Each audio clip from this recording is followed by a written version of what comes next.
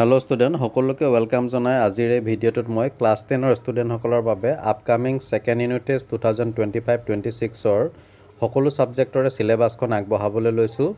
আশা কৰোঁ ইতিমধ্যে তোমালোক সকলোৰে হাফ ইয়াৰলি এক্সাম ভালে কুশলে পাৰ হৈছে। তো এতিয়া আমি সেকেন্ড ইউনিট টেষ্টৰ বাবে নিজকে প্ৰিপাৰেচন কৰিব লাগিব আৰু তোমালোকৰ সেকেন্ড ইউনিট টেষ্ট নৱেম্বৰ মাহৰ 15 তাৰিখৰ পৰা 21 তাৰিখৰ ভিতৰত হ'ব লাগে বুলি সেবাৰ যিখন একাডেমিক ক্যালেন্ডাৰ তাত দিয়া আছে। অৱশ্যে কিছুমান ডিষ্ট্ৰিক্টত হয়তো আগো বাঢ়িব পাৰে বা পিছু পৰিব পাৰে। বাৰু যিয়ে নহওক ইয়াত মই সেকেন্ড ইউনিট টেষ্টৰ অল সাবজেক্টৰ কমপ্লিট সিলেবাসখন দিব বিচাৰিছো ক্লাছ 10 ৰ। তোমালোকে এখিনি নোট কৰি লবা যিখিনি তোমালোকৰ বাবে খুবেই প্ৰয়োজনীয়। তো হাসুন তেতিয়াহ'লে আমি সময় ৱেষ্ট নকৰি সেকেন্ড ইউনিট টেষ্টৰ সিলেবাসখন ডিসকাস কৰোঁ। তো ফাৰ্ষ্টত আহোঁ আমি ইংলিছ সাবজেক্টলৈ। ইংলিছৰ তোমালোকৰ যিখন টেক্সট বুক ফাৰ্ষ্ট ফ্লাইট, তো ফাৰ্ষ্ট ফ্লাইটৰ পৰা মাত্ৰ এটা চেপ্টাৰ আহিব যিটো চেপ্টাৰ নাম্বাৰ 7 গ্লিমছেছ অফ ইণ্ডিয়াৰ পাৰ্ট 3 টি ফ্ৰম আসাম। তো এই চেপ্টাৰটো চাবা আৰু এই চেপ্টাৰটোৰ খুব সুন্দৰ MCQ বনাই থৈছোঁ মোৰ এটা ভিডিঅ'ত। তোমালোকে যদি চোৱা নাই চাব পাৰিবা, ডেছক্ৰিপশ্যনত লিংক দি দিম। তোমালোকৰ নিশ্চয় এক্সামত বহুতখিনি হেল্প হ'ব। লগত তোমালোকে আৰু দুটা পয়েম চাব লাগিব। এটা হৈছে এনিমেল ৱাল্ট হুইটমেন আৰু আনটো পয়েম হৈছে দ্য টেল অফ কাষ্টাৰ্ড দ্য ড্ৰেগন। ইয়াৰ ৰাইটাৰজনৰ নাম হৈছে অ'ডজেন নাছ। তো ফাৰ্ষ্ট ফ্লাইটৰ পৰা ইমানখিনি চালে হ'ব। তাৰ লগতে তোমালোকৰ যিখন সাপ্লিমেণ্টাৰী ফুটপ্ৰিণ্ট উইদাউট ফিটছ তাৰ পৰা মাত্ৰ এটা চেপ্টাৰ চালে হ'ব। এইটো chapter number 5 footprint without fit.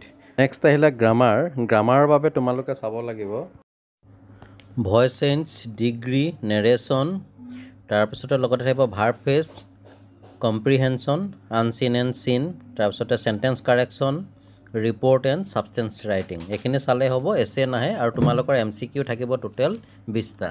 অৱশ্যে গোটেইখিনি কোনো ডিষ্ট্ৰিক্টত নিদিব পাৰে, ইয়াৰ পৰা দুটামানহে দিব পাৰে। বাৰু যিয়ে নহওক এইখিনি নোট কৰি ল'বা। এয়া আছিলে তোমালোকৰ ইংলিছ চিলেবাছ।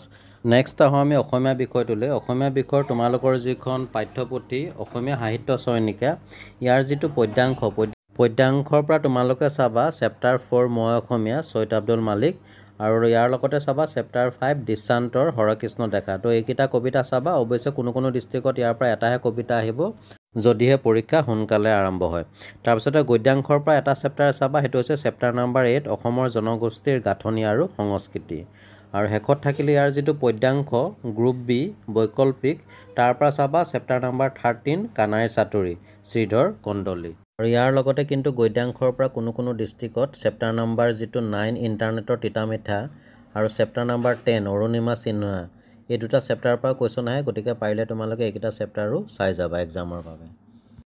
নেক্সট আহিলে ব্যাকৰণ। অসমীয়া ব্যাকৰণৰ পৰা তোমালোকে চাব লাগিব নট্যবৃদ্ধি, সত্ৰবৃদ্ধি, সমাস, ছন্দ, ভাৱ সম্প্ৰসাৰণ, বাক্য পৰিৱৰ্তন, এটা শব্দত প্ৰকাশ কৰা ইত্যাদি।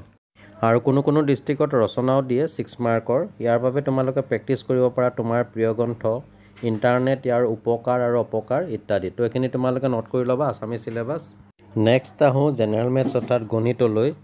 তো গণিত পাঠ্যপুথিৰ পৰা তোমালোকে চাবা চেপ্টাৰ নাম্বাৰ 5 সমান্তৰ প্ৰগতি অৰ্থাৎ এৰিথমেটিক প্ৰগ্ৰেশ্যন আৰু চেপ্টাৰ নাম্বাৰ 11 কনষ্ট্ৰাকশ্যন অৰ্থাৎ অংকন।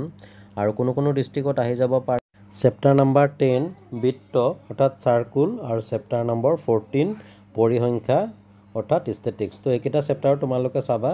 এয়া আছিল সেকেন্ড ইউনিট টেষ্টৰ বাবে গণিতৰ চিলেবাছ। ডিয়াৰ ষ্টুডেণ্ট, এক্সামৰ পূৰ্বে প্ৰতিটো ছাবজেক্টৰে বিভিন্ন চেপ্টাৰৰ MCQৰ ভিডিঅ'ৰ লগতে কুৱেশ্যন পেপাৰৰ ভিডিঅ' মোৰ চেনেলত পাবা। চ' কোনোবা যদি নতুনকৈ আহিছে মোৰ চেনেলটো ছাবস্ক্ৰাইব কৰি ৰাখিবা যাতে এনেকুৱা ধৰণৰ হেল্পফুল ভিডিঅ'বোৰ তোমালোকে পাই থাকা।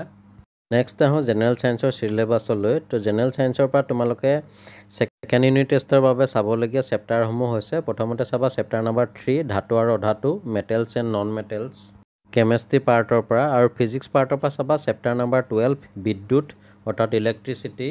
আৰু বায়'লজি পাৰ্টৰ পৰা চাবা চেপ্টাৰ নাম্বাৰ 16 প্ৰাকৃতিক সম্পদৰ ব্যৱস্থাপনা অৰ্থাৎ মেনেজমেণ্ট অফ নেচাৰেল ৰিচোৰ্চেছ। আৰু ইয়াৰ লগতে তোমালোকে আৰু দুটা চেপ্টাৰ চাই থবা, কিছুমান ডিষ্ট্ৰিক্টত আহি যাব পাৰে। সেইকেইটা হৈছে চেপ্টাৰ নাম্বাৰ 4 কাৰ্বন আৰু তাৰ যৌগ আৰু ইয়াৰ লগতে চাবা চেপ্টাৰ নাম্বাৰ 8 জীৱই কেনেকৈ বংশ বিস্তাৰ কৰে অৰ্থাৎ হাউ ডু অৰ্গেনিজম ৰিপ্ৰডিউচ। এই দুটা চেপ্টাৰ সকলো ডিষ্ট্ৰিক্টতে নাহিব পাৰে। তো এনিৱে আছিলে জেনেৰেল ছায়েন্সৰ চিলেবাছ সেকেন্ড ইউনিট টেষ্টৰ বাবে তোমালোকে এইখিনি নোট কৰি ল'বা। এবাৰ আহোঁ আমি ছ'চিয়েল ছায়েন্সৰ চিলেবাছলৈ। ছ'চিয়েল ছায়েন্স অৰ্থাৎ সমাজ বিজ্ঞানৰ যিটো প্ৰথম খণ্ড ইতিহাসৰ পৰা এটা চেপ্টাৰ চাবা চেপ্টাৰ নাম্বাৰ 4 অৰ্থাৎ চতুৰ্থ অধ্যায় ভাৰতৰ স্বাধীনতা আন্দোলন আৰু অসমত জাতীয় জাগৰণ। তো এতিয়া খণ্ডৰ পৰা এই চেপ্টাৰটো চাবা ইয়াৰ পিছতে যেটো সমাজ বিজ্ঞানৰ দ্বিতীয় খণ্ড ভূগোল অৰ্থাৎ জিওগ্ৰাফি তাৰ পৰা তোমালোকে সেকেন্ড ইউনিট টেষ্টৰ বাবে চাবা চেপ্টাৰ নম্বৰ 3 অৰ্থাৎ তৃতীয় অধ্যায় পৃথিৱীৰ ভূগোল আৰু একেবাৰে শেষত যেটো সমাজ বিজ্ঞানৰ তৃতীয় খণ্ড ৰাজনীতি আৰু অৰ্থনীতি বিজ্ঞান তো ইয়াৰ পৰা তোমালোকে ৰাজনীতি খণ্ডটোৰ পৰা চাবা চেপ্টাৰ নম্বৰ 2 দ্বিতীয় অধ্যায় আন্তৰ্জাতিক সংস্থা আৰু অন্যান্য আৰু অৰ্থনীতি খণ্ডৰ পৰা কোনো চেপ্টাৰ তোমালোকে চাব নালাগে সেকেন্ড ইউনিট টেষ্টৰ বাবে তো এই আছিল তোমালোকৰ সমাজ বিজ্ঞানৰ সিলেবাস সেকেন্ড ইউনিট টেষ্টৰ বাবে তো তোমালোকে এখিনি নোট কৰি লবা যিখিনি তোমালোকৰ বাবে খুবেই ইম্পৰ্টেন্ট তো ডিয়াৰ ষ্টুডেন্ট এয়া আছিল আপকামিং সেকেন্ড ইউনিট টেষ্ট 2025-26 ৰ বাবে সেকেন্ড ইউনিট টেষ্টৰ সিলেবাস আৰু এই এক্সামটো তোমালোকৰ নৱেম্বৰ মাহৰ 15 পৰা 21 তাৰিখৰ ভিতৰত হ'ব লাগে বুলি একাডেমিক ক্যালেন্ডাৰ দিয়া আছে অৱশ্যে কোনো ডিস্ট্ৰিক্টত আগবাঢ়িব পাৰে বা পিছপৰিব পাৰে তো ইয়াৰ পিছতে মই অন্যটা ভিডিঅত সেকেন্ড ইউনিট টেষ্টৰ বাবে বিভিন্ন ইলেক্টিভ সাবজেক্টৰ সিলেবাস আগবঢ়াম আৰু লগতে বিভিন্ন সাবজেক্টৰ কোৱেশ্চন পেপাৰ সলিউশন ভিডিও মোৰ চেনেলত তোমালোকে পাই যাবা খুব সোনকালে আপলোড কৰি আছো তো তোমালোকে চাই থাকিবা এনেদৰে আৰবি লাৰ্ণ কাম এন্টাৰটেইনমেন্ট আন এটা ভিডিঅত তোমালোকক পুনৰ লগ পাম আজিলৈ আহো ধন্যবাদ